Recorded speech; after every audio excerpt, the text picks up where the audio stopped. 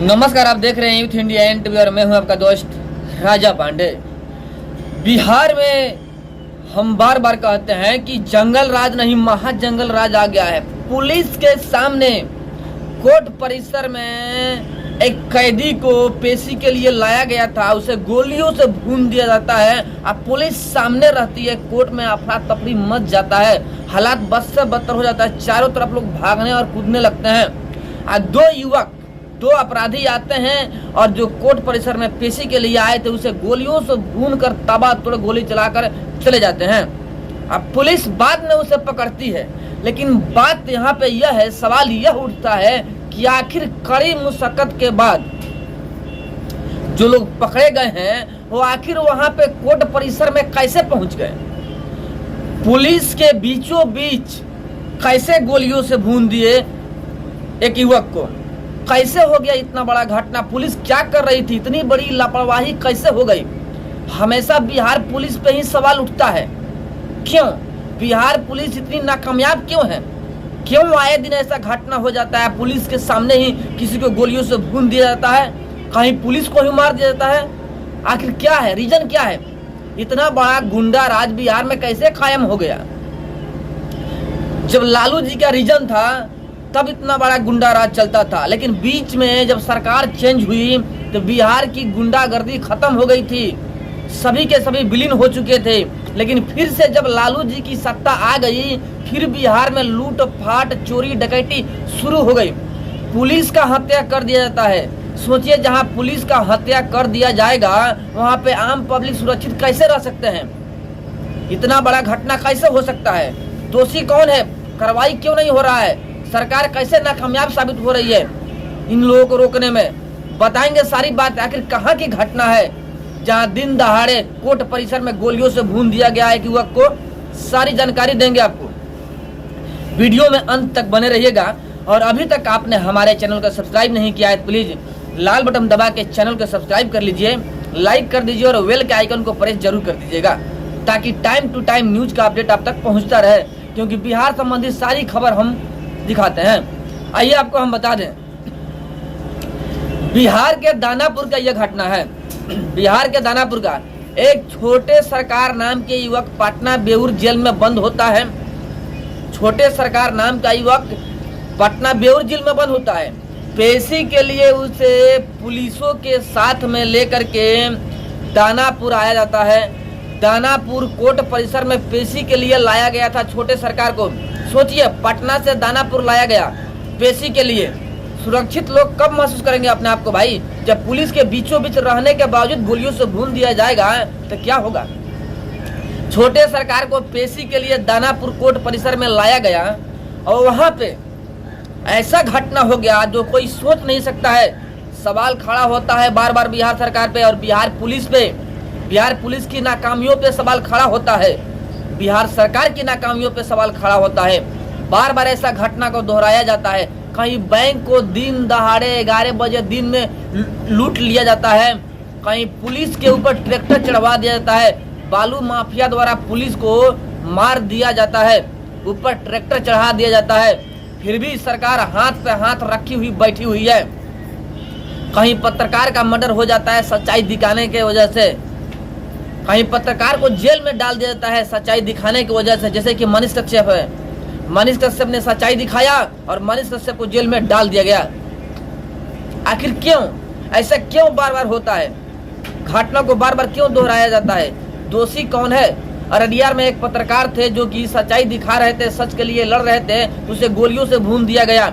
जहाँ की मनीष कश्यप के घर वालों ने जाकर आर्थिक सहायता किया। सरकार इस सब को रोकने में क्यों नहीं सक्षम हो रही है?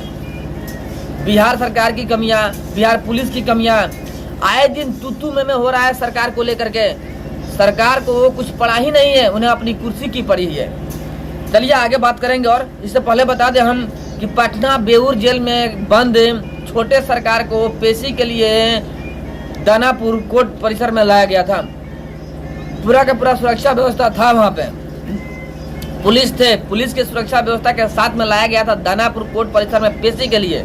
लेकिन पेशी के दौरान कोर्ट में 2 अज्ञात युवक आते हैं, ताबड़तोड़ गोलियां बरसाते हैं और छोटे सरकार को गोलियों से छल्ली कर देते हैं। बाद में पुलिस कड़ी मुशक्कत के बाद में उस दोनों को पकड़ लेती है और उसे जेल ले जाती है। बात यह है, देखिए छोटे सरकार ये भी कोई अच्छे आदमी नहीं थे, वो भी अपराधी थे। मर्डर केस, लूटपाट पे उनके ऊपर केस चल रहा था, लेकिन ठीक है, उसके लिए सरकार है, कानून है, कोर्ट है, कोर्ट परिसर है। कोर्ट बना है ना भाई, उसी लिए कोर्ट बना है, फैसला के लिए ही बना है। सच का जीत होता है, ऐसा बात नहीं है। कभी कभार एरर होता है कि जहाँ पे सच का जीत ना हो करके झूठ का ही जीत हो जाता है। एक आध दो अफवाहों को छोड़ दिया जाए तो कोर्ट में सबका फैसला होता है, देर से ही सही, लेकिन सही फैसला होता जरूर है। कभी कभार गलती हो जाता है जहाँ पे कोर्ट परिसर भी बिक जाती है और जाकर वहाँ पे सत्य को दाब दिया जाता है, झूठ को उठा दिया जाता है। बाकी सभी केसों में सच का ही जीत होता है, यहाँ पर भी जीत होता। लेकिन किसी को मारने का क्या हक है? किसी को अगर हम किसी को जिंदा नहीं कर सकते हैं तो किसी को मार कैसे सकते हैं? कोर्ट है, संविधान है, कानून है, उसके अनुसार चलना है। लेकिन सवाल यह है कि पुलिस के रहने के बावजूद उनके बीच में आते हैं अपराधी और गोलियों से भून देते हैं। आखिर पुलिस क्या कर रही थी? वजह क्या है? क्या पुलिस भी मिली हुई थी छोटे सरकार को मरवाने में? जांच का विषय है, हम सवाल करेंगे, हमारा काम है सवाल करना, सवाल करेंगे जरूर। आखिर क्यों, कैसे पुलिस के रहने के बावजूद कैसे गोलियों से भून दिया गया? पुलिस क्या कर रही थी? कोर्ट परिसर में इतनी बड़ी लापरवाही कैसे हो सकती है? पुलिस इतने बड़ा लापरवाह कैसे हो सकते हैं? पुलिस का ध्यान कहाँ था कि पुलिस के बीचों बीच रहने के बावजूद आते हैं अपराधी और गोलियों से भून कर चले जाते हैं? पुलिस क्या कर रही थी? चैन की नींद सोई हुई थी या फॉर्मेलिटी पूरा करने के लिए आई थी पुलिस? कि पुलिस भी मिली हुई थी? क्या रीजन है? सीबीआई जांच होनी चाहिए। आज जो दोषी है उसे कड़ी से कड़ी सजा मिलनी चाहिए कि सबको सबक मिले। अगर आप पुलिस हैं, अगर किसी आपराधिक गतिविधियों में शामिल हैं तो कड़ी से कड़ी सजा होनी चाहिए, क्योंकि पुलिस पे विश्वास सबको होता है। पुलिस को देख करके लोग चैन के नींद सोते हैं, अपने आप को सुरक्षित महसूस करते हैं। लेकिन पुलिस के बीचों बीच रहने के बावजूद जब गोलियों से सीना छल्ली कर दिया जाए तब कब सुरक्षित महसूस करेंगे भाई? पुलिस के रहने के बावजूद जब गोलियों से भून दिया जाएगा तो अपने आप को सुरक्षित कब महसूस करेंगे? ये बहुत बड़ी सवाल है। सरकार को ध्यान देना जरूरी है, सरकार ध्यान ही नहीं दे रही है। बिहार सरकार अपनी कुर्सी को बचाने के लिए जो बन सके सो करेगी, लेकिन आम पब्लिक को कैसे बचाया जाए, कैसे सुरक्षित रखा जाए, बिहार की अर्थव्यवस्था कैसे सही किया जाए, बिहार के कानून व्यवस्था कैसे सही किया जाए, इसके पीछे बिहार सरकार कार्य ही नहीं कर रही है। बहुत बड़ी सवाल है, बिहार सरकार इसके पीछे कार्य नहीं कर रही है। सवाल लोग पूछेंगे, हम भी पूछेंगे, पब्लिक की आवाज बनकर हम भी पूछेंगे सवाल, जवाब आपको देना पड़ेगा। लेकिन बात यह है बिहार में कि तेजस्वी यादव जी कहते हैं, जो तेजस्वी यादव हैं कहते हैं कि हमें पता ही नहीं है।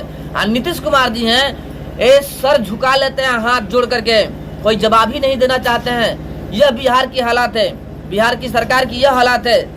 सुधारना होगा, बिहार को बदलना होगा। मनीष कश्यप ने सही कहा है कि बिहार को बदलना जरूरी है, बदलना पड़ेगा। जब तक बिहार बदलेगा नहीं, बिहार तरक्की करेगा नहीं। तो बिहार का बदलना जरूरी है और आप लोगों के हाथ में है बिहार को बदलना। आप बदल सकते हैं, आप है कुर्सी का दाता, यानी आम पब्लिक। आम पब्लिक चाहेगी, जिसे भी कुर्सी में बैठाएगी और किसी को भी कुर्सी से उतार देगी। आप लोगों के हाथ में है। बिहार की जो जंगल राज है इसे कैसे खत्म किया जाए आप सोच सकते हैं। बिहार में जंगल राज कायम रहेगा कि हटेगा वो भी आप सोच सकते हैं। अब बिहार को बदलना जरूरी है, आप बदलिए, तभी जंगल राज को खत्म किया जा सकता है, तभी जाकर लोग सुकून की नींद सो सकते हैं। वरना दिन प्रतिदिन ऐसा ही घटना घटते रहेगा और उसका शिकार सभी लोग होते रहेंगे। बाकी हमारी बात से आप लोग कहां तक सहमत हैं कमेंट में जरूर बताइएगा। फिर मिलते हैं आपसे बड़े अपडेट, बड़े न्यूज के साथ में। तब तक के लिए जय हिंद।